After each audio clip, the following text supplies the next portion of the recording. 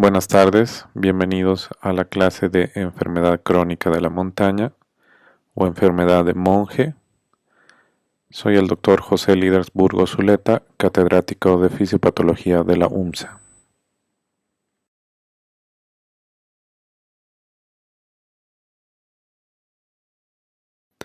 En la definición de esta enfermedad sería el síndrome clínico incapacitante progresivo que se da en nativos que viven en la altura a más de 2.500 metros sobre el nivel del mar, que desencadenarían eritrocitosis excesiva y por lo tanto una hipoxemia severa. Esto según León Velarde. También se ha visto en estos pacientes la presencia de hipertensión pulmonar moderada o grave que puede o no evolucionar a un cor pulmonar y a una insuficiencia cardíaca congestiva.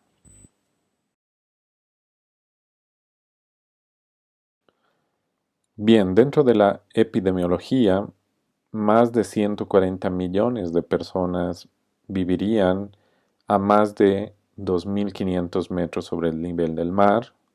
Según León Velarde, este riesgo de desarrollar esta enfermedad crónica de la montaña estaría en porcentajes del 5 al 10%. La prevalencia en los Andes sería de 1.21%. La prevalencia en La Paz, a 3.600 metros sobre el nivel del mar, fue de 5.2% según el estudio de Spiel-Vogel. Los valores más altos se reportaron en andinos del Cerro de Pasco, donde la prevalencia fue del 15.4% en hombres de 30 a 39, y esto se doblaría al 33% aproximadamente en la sexta edad de edad, según Monge. En la meseta tibetana, dividiendo por altura, a una altura de 2.261 a 2.980 metros sobre el nivel del mar, se encontró esta enfermedad en un 1.05% y entre 3.128 y 3.980 metros en un 3.7% y de 4.000 a 5.226 metros en 11.83 según estudios locales por Hu y colaboradores. Están viendo aquí la imagen de la cordillera de los Andes y del Himalaya, una imagen satelital.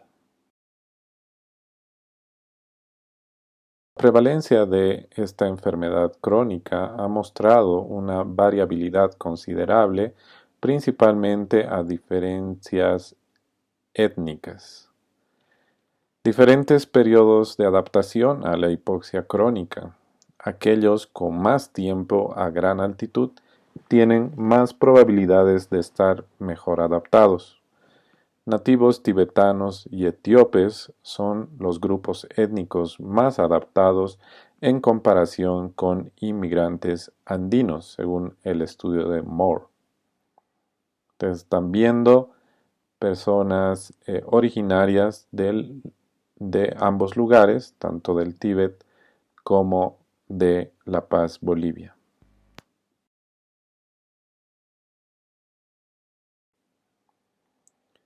Dentro de los antecedentes descrito en el artículo del Dr.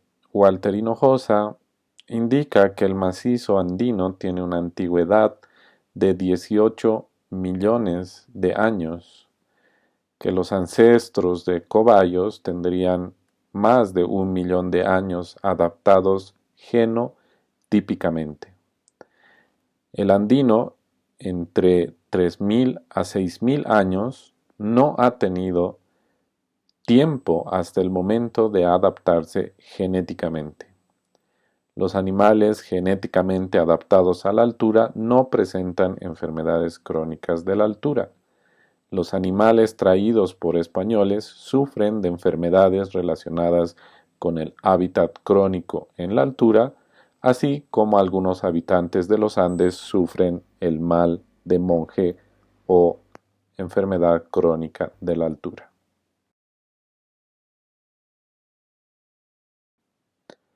El Himalaya, el Tíbet, entre 245 a 65 millones de años en formación, la cordillera de los Andes entre 138 a 65 millones de años. Los tibetanos habrían habitado desde hace 25.000 años y los andinos hace 11.000 años. La baja presión de oxígeno, selección natural, adaptación genética, procesos evolutivos y tiempo de exposición distintos harían la diferencia de la adaptación de ambos. Los tibetanos tienen una hemoglobina muy similar a los habitantes que viven a nivel del mar, gracias a la adaptación y selección positiva de un grupo de genes involucrados en la eritropoyesis. Los andinos evolucionaron a hemoglobina elevada en relación a aquellos que viven a nivel del mar, descrito en el artículo del Dr. Amaru y colaboradores. Ustedes están viendo la hemoglobina y la relación del grupo Hem y oxígeno. Bien, suponiendo que el día brahmánico dure 4.870 millones de años, se pudiera inferir que tomando en cuenta 24 horas del día y comenzando a inmediatamente las 12, a las 8 aproximadamente se crearían los eucariotes. A las 9 las células pluricelulares. A las 10 animales fuera del agua. A las 11:25 terrestres. A las 12 menos 10 los Andes. Y faltando 3 segundos el humano. Entonces, esto extraído también de el artículo del doctor Hinojosa, en el cual nos explica los tiempos en millones de años en los cuales tardaron aparecer los Andes y el hombre.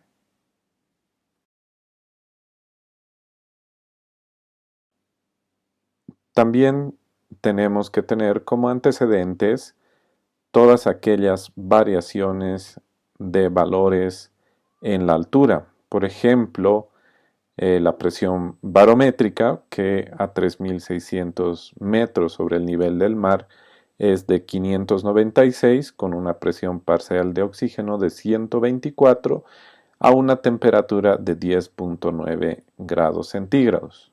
Recordar que la presión barométrica es la presión que ejerce el aire para que se mueva una columna de mercurio.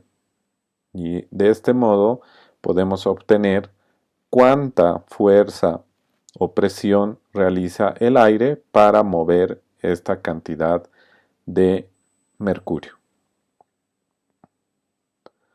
Ahora, valores de la presión de oxígeno, FiO2 y la relación PAFI, como por ejemplo la presión de oxígeno, que en La Paz sería de 60, una FiO2 de 0,21 y una PAFI de 285.7, que es solamente la división de el primero de la presión de oxígeno sobre la FiO2. También recordar que las estaciones como el invierno, por ejemplo, y que tiene que ver con la temperatura tienen relación con la humedad y esta a su vez con las presiones. Bien, dentro de la adaptación genética debemos saber que se han hecho bastantes estudios, sobre todo en el Tíbet, donde se han descrito 50 exones en habitantes que viven a más de 4.000 metros sobre el nivel del mar, y estos genes presentan un cambio de alelos, recordando que un alelo es una forma alternativa de un gen, que con el tiempo serían inductores de una adecuada adaptación genotípica.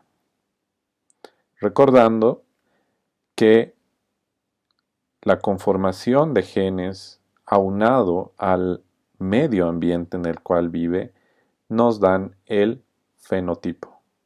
¿Sí? Ustedes están viendo aquí una tabla de genes relacionados con la adaptación a grandes alturas. Los vamos a nombrar, por ejemplo, el EPAS1, que tiene que ver con el endotelio, el ATP6B1E2, ATPasa transportador lisosomal, la PKLR, la KRTAP212, la IST1H4B y TTLL3. ¿Ok? Esto sacado del artículo del doctor Hinojosa.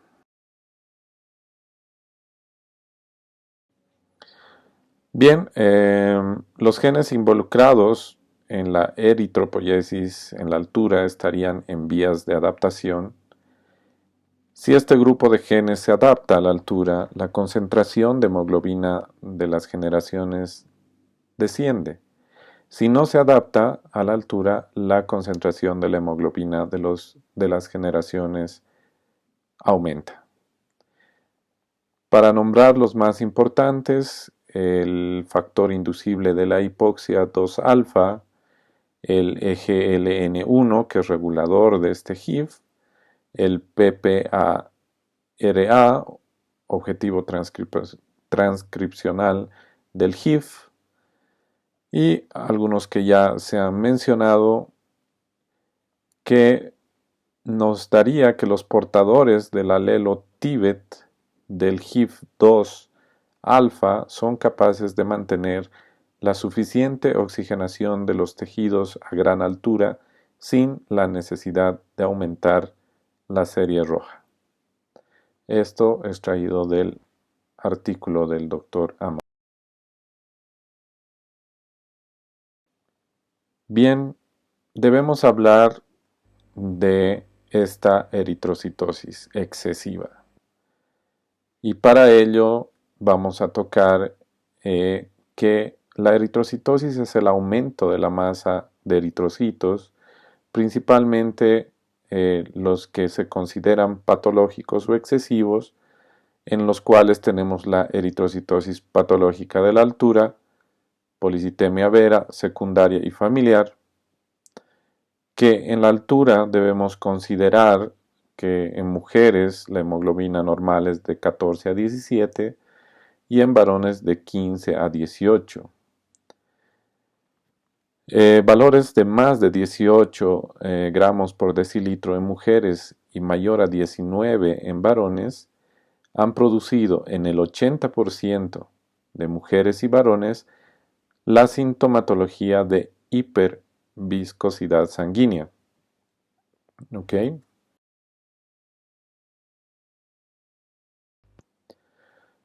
Ahora, el diagnóstico diferencial de eritrocitosis patológica de la altura con otras eritrocitosis señaladas se caracteriza por la diferencia de concentración de hemoglobina, leucocitosis, trombocitosis, concentración de eritropoyetina, ausencia de mutación JAK2B617F, crecimiento autónomo de los progenitores eritroides y la esplenomegalia.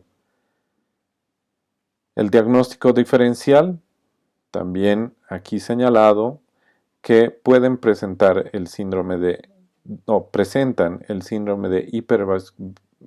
viscosidad, EPOC, obesidad, tabaquismo, no está relacionado, eventos trombóticos tampoco, esplenomegalia tampoco, eritropoyetina sérica normal y no hay mutación del JAK2, como pueden ver acá para diferenciar.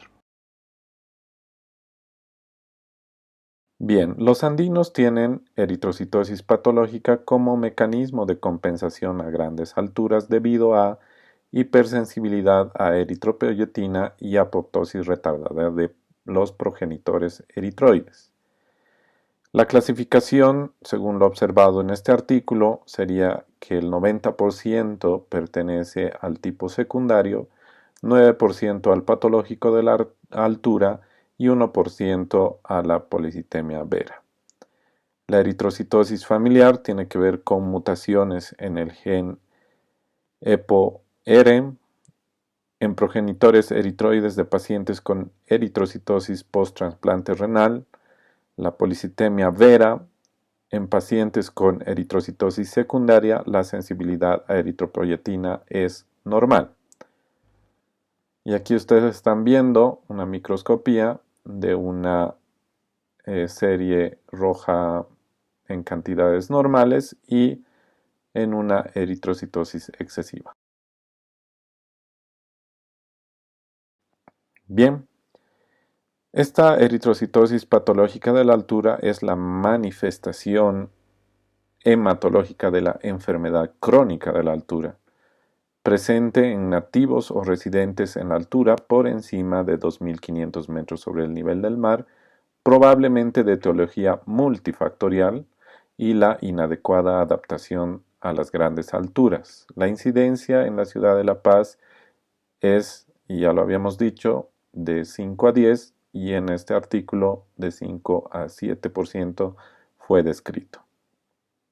La policitemia vera es una enfermedad oncohematológica clonal asociada a leucocitosis, trombocitosis, crecimiento autónomo de colonias eritroides, eritropoyetina sérica baja y la mutación del gen JAK2. La secundaria representa la consecuencia de patologías asociadas a un aumento de la eritropoyetina sérica como patologías cardiopulmonares. Y la eritrocitosis familiar es genética y se caracteriza por la mutación de genes involucrados en la eritropoyesis. También en esta eritrocitosis patológica de la altura, el crecimiento autónomo de colonias eritrocitarias BFUE sin presencia de eritropoyetina estuvo presente, como podemos ver en este diagrama de la sensibilidad a eritropoyetina de progenitores eritroides. Recuerden que estos son los progenitores hasta la formación de eritrocitos maduros a los 120 días. También las pruebas de apoptosis y necrosis realizadas en cultivos celulares en medio líquido, medio sólido y por degradación de DNA demostraron que los progenitores eritroides de pacientes con eritrocitosis patológica de la altura presentan apoptosis retardada. ¿Sí? Si ustedes comparan el control con los casos de eritrocitosis patológica, verán que el porcentaje es, por ejemplo, de 6.33 y aquí está retardada a 4.96 y la apoptosis temprana aquí es de 5.27 y aquí es de 2.14. Entonces estaría retardada en relación a los progenitores eritroides de sujetos control o normal. Bien, hablando un poco de la secundaria, porque recordemos que las secundarias pueden condicionar una mala adaptación también. Y vamos a hablar de comorbilidades como diabetes mellitus, hipertensión arterial, obesidad, varices, dislipidemias, etc. y también condiciones de trombosis, como de la vena porta, la trombosis venosa profunda, mesentérica, vena porta y tromboembolia pulmonar.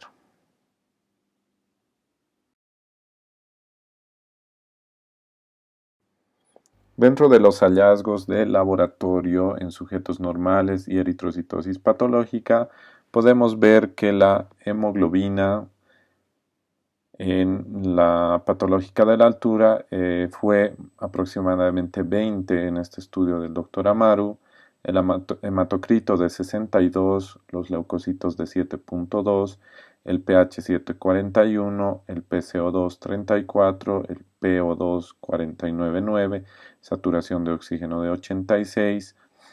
Recuerden que no hay mutación en las colonias progenitoras 11, la hipersensibilidad a eritropoyetina 3/3 y la apoptosis retardada.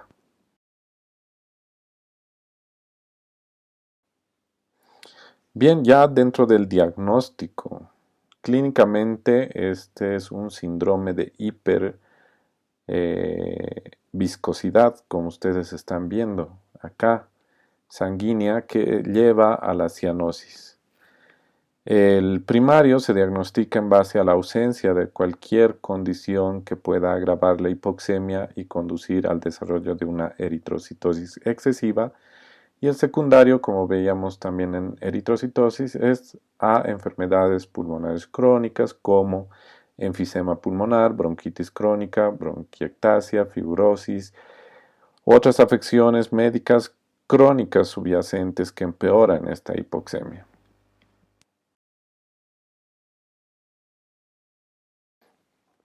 Bien, dentro de la clínica, en Perú, a más de 4.340 se vieron saturaciones de oxígeno de 83, según Monge, de 81.5, según León Velarde. En estudios en el Tíbet, en la Asociación Médica de Gran Altitud de la China, propuso un umbral menor a 85%, según Chama. Y la gravedad tiene un score basado en la concentración de hemoglobina con presencia o ausencia de eritrocitosis excesiva y en la presencia y extensión de un grupo de signos y síntomas acordados por el Consejo Internacional, a lo cual, según este score de Kingai, le adjuntan o le otorgan un puntaje según lo que se vaya encontrando para ver si esta severidad está ausente, es leve, moderada o severa.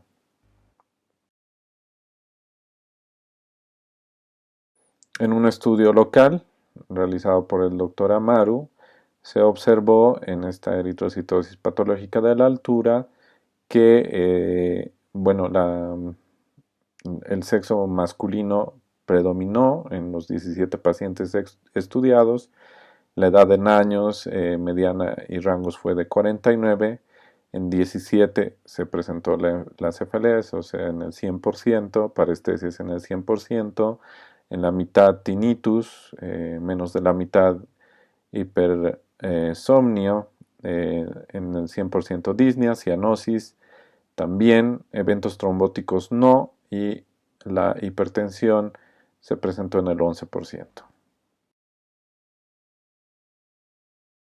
Bueno, esta enfermedad muestra congestión cerebral y visceral generalizada, engrosamiento de la íntima en las ramas pulmonares de tamaño pequeño y mediano, así como presencia de múltiples trombos arteriales pulmonares, según Arias Estela, descrito en el Perú, aumento de triglicéridos, disminución de lipoproteínas de alta densidad, así como hipertensión sistólica o diastólica, resistencia a la insulina. Estudios realizados por León Velarde, Arregui, Jefferson, Ocumilla, Serpa, González y Tapia y de Ferrari.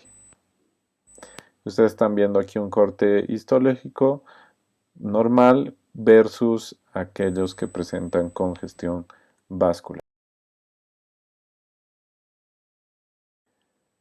Ya observando al paciente, este es un paciente típico con enfermedad crónica de la montaña que presenta cianosis, vean los labios, presenta una saturación baja, habíamos dicho que varían según los autores, pero son aproximadamente 85%, las varices, la dilatación, decíamos, cerebral, venosa y visceral y periférica en este caso, dedos en palillo de tambor, que es una adaptación a la hipoxemia o es una manifestación de la hipoxemia y la eritrocitosis severa, ¿no?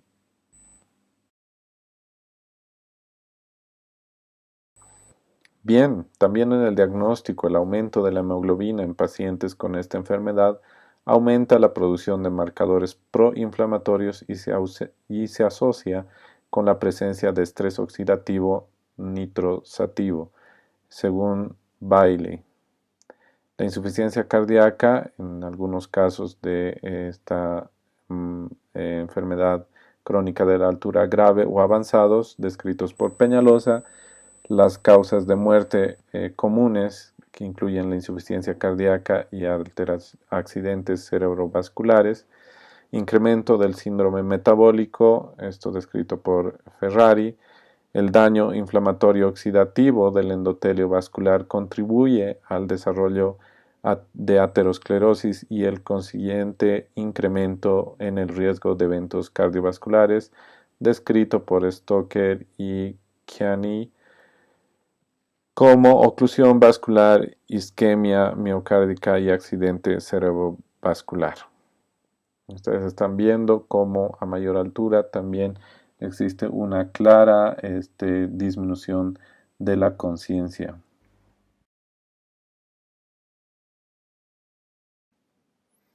Los gases arteriales son partes del diagnóstico, claro que sí, extraído del artículo del doctor Hinojosa. El pH normal en la altura es de 7.35 a 7.45, el PO2 es de 60, el PCO2 es de 30, el bicarbonato de 19 a 22, el déficit de base de 0 más menos 5, la saturación de oxígeno del 90 al 93 y la PaFiO2 de 200 en comparativo con nivel del mar, por ejemplo, que es 300. La presión de CO2 de 30 refleja el equilibrio entre los elementos ácidos y bases.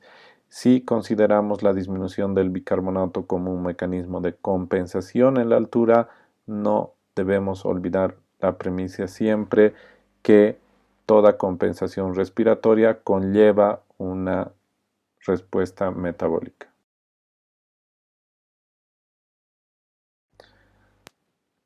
Si tomamos la enseñanza de seguir la flecha, si disminuye en la ecuación de Hesselbach el numerador, debe disminuir también el denominador y para conservar la relación 21. Por ejemplo, la alcalosis respiratoria es igual a la disminución de la PCO2 y la compensación será la disminución del bicarbonato siguiendo la flecha. Si tenemos un PCA2 de 40 y en la altura de 30, un bicarbonato de 25 a 27 a nivel del mar, este descenderá en 5 milimoles a 19 a 22 milimoles por litro. ¿Cómo se cumple esto?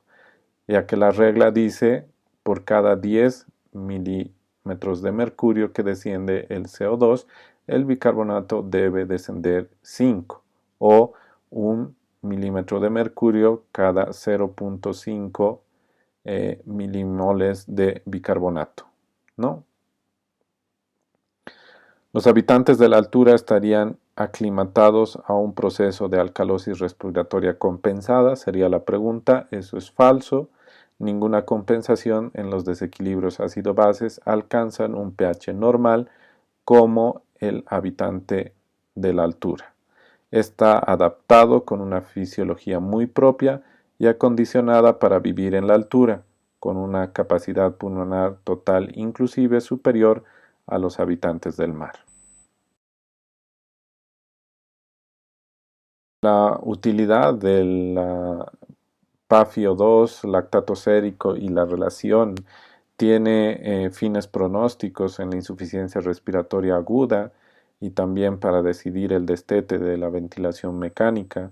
Por ejemplo, un sujeto con FIO2 de 0,45 y medio ambiente de 0,21, lo cual deja suponer que el mismo se encuentra bajo oxigenoterapia, su PO2 es de 60, está en hipoxemia, ya que un pulmón normalmente oxigenado, la PO2 debería estar por encima de lo normal. En la relación PAFI, a nivel del mar de 300 como para la altura, el ejemplo en La Paz, que sería el resultado de 200, esta constante se calcula en la división de presión de oxígeno sobre el FIO2, ¿no? Bien, dentro del tratamiento tenemos el no farmacológico y el farmacológico. Dentro de lo no farmacológico, el cuadro clínico de esta enfermedad crónica de la montaña es, desaparece gradualmente al descender las altitudes, a altitudes bajas, y reaparece después de que se regresa a la altitud elevada. El ejercicio físico se ha visto beneficioso, pero debe ser condicionado a las comorbilidades. Se ha propuesto como un tratamiento alternativo no invasivo y no farmacológico más práctico. La evidencia sugiere que el ejercicio aerobio podría desempeñar un papel beneficioso en la disminución de la masa eritrocitósica y en la reducción de la sintomatología de esta enfermedad, y la hemoglobina del atleta pues sería de nativo de gran altitud, es similar a aquellos del nivel del mar.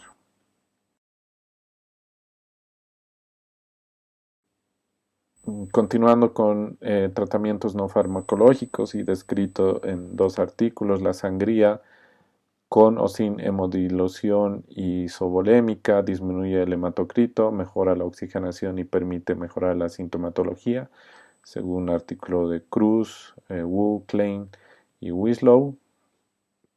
Eh, por el tratamiento de pacientes con esta eritrocitosis patológica de la altura, tiene válido para pacientes en eritrocitosis secundaria. Se propone lo siguiente: sangrías semanales hasta alcanzar un valor de menor de 18 gramos por decilitro de hemoglobina, sangrías de 450 ml en pacientes hemodinámicamente estables, mini sangrías de 250 en pacientes en presiones arteriales bajas y mayores de 60, y microsangrías de 100 en pacientes con insuficiencia cardíaca o mayores de 70. Las reposiciones están contraindicadas en pacientes con hipertensión arterial sistémica, ya que elevaríamos el volumen y esto puede elevar la presión. La reposición con solución fisiológica de 500 ml es solo recomendado para pacientes con presión arterial baja que presentan hipotensión posterior a la sangría. Sangrías adicionales se pudieran hacer en los siguientes casos: síndrome de hiperviscosidad, es decir, que continúen, hematocrito superior al 60% y hemoglobina superior a 19 gramos por decilitro, descrito en el artículo del doctor Amor. Bien, en los artículos de Villafuente se ha puesto esta lista de medicamentos: enalapril, medroxiprogesterona, almitrine, acetalsolamida, etcétera, con sus dosis y las duraciones. En contraste con estudios nacionales, se ha visto que el tratamiento de esta eritrocitosis patológica ha recurrido a medidas terapéuticas como las descritas, pero por diferentes factores y por presencia de efectos adversos actualmente no se ha utilizado como medicamentos de primera línea. Tendrá que relacionarse también con el tipo de paciente y las comorbilidades que tenga antes de presentar esta enfermedad crónica, pero se han hecho estudios en este artículo del uso de la estatina, que recuerden que son inhibidores de la hidroximetilglutaryl coenzima A, que evitaría la formación de la vía del colesterol y también tiene acciones pleiotrópicas que son afectan otros sistemas que intervendrían en la proliferación y diferenciación y apoptosis de las células. Esta propiedad propia de la atorvastatina inhibiría la eritropoiesis seguida de la disminución de la concentración de hemoglobina, la remisión de la sintomatología de la hiperviscosidad sanguínea, normalización de la presión arterial sistémica y probablemente reducción de la hipertensión arterial pulmonar, todavía no publicado. Esta atorvastatina debería darse en 20 miligramos BO, de hecho así se dio en este estudio, a las 21 horas. Durante el tratamiento hay que monitorizar la creatinfosfoquinasa, que recuerden que tras la degradación de aminoácidos en el músculo se forma la creatina y mediante esta enzima la fosfocreatina que haría actuaría en la contracción, ¿no? Como una energía. El tratamiento de esta eritrocitosis patológica de la altura con atorvastatina está en fase 1 y 2, mostrando significativa reducción de la concentración de hemoglobina y la remisión de la sintomatología. El 60% de los pacientes tratados alcanzaron una respuesta completa con una calidad de vida buena y performance status. Los pacientes con respuesta parcial, a pesar de tener hemoglobinas todavía por encima de lo normal, retornaron a sus actividades cotidianas. También se vio la acción de las estatinas en la inducción de apoptosis de progenitores eritroides e inhibición de la proliferación de estos progenitores en acción en vivo de las estatinas. Los pacientes con esta eritrocitosis patológica de la altura, tratados con esta cantidad de atorvastatina, 64% alcanzaron la remisión completa como se había señalado, y aquí están viendo esta acción de las estatinas. Bien, las complicaciones que puede llevar esta enfermedad es la hipertensión arterial sistémica secundaria, la hipovolemia y la hipertensión arterial pulmonar. El TEP y el TBP no constituyen una complicación aún de eritrocitosis patológica de la altura. En secundaria está asociado a síndromes metabólicos, eventos trombóticos, hipertensión arterial, hipertensión de la arteria pulmonar. En pacientes con secundaria más síndrome metabólico se observó insuficiencia cardíaca congestiva que se resolvió con sangrías. Un paciente con síndrome convulsivo también se presentó con hemoglobinas mayores a 24 y alteraciones de coagulación y hemostasia están actualmente en estudio. Y bueno, los mensajes para la casa serían, dada la naturaleza progresiva e incapacitante de esta enfermedad, son necesarias revisiones periódicas, de preferencia cada año o semestrales, según cómo se encuentra el paciente, y medir concentraciones de hemoglobina, hematocrito y comorbilidades que se asocien en este tiempo. También los viajes periódicos a altitudes más bajas han sido sugeridas para los que viven cerca o han sido diagnosticados con eritrocitosis. En casos muy graves deben trasladarse permanentemente a altitud menor o a nivel del mar. Y recordar siempre que los métodos de diagnóstico son importantes, como la gasometría arterial, la relación PAF y el FiO2, el ácido láctico, la hemoglobina, la temperatura y otros. Y estos deben ser analizados en relación al proceso desencadenante, la aplicabilidad de los mismos, correlación clínica y factores de morbilidad predictiva. Bien, esta ha sido la bibliografía utilizada, valiosa. Más que agradecer y que haya sido útil para ustedes. Hasta la próxima clase.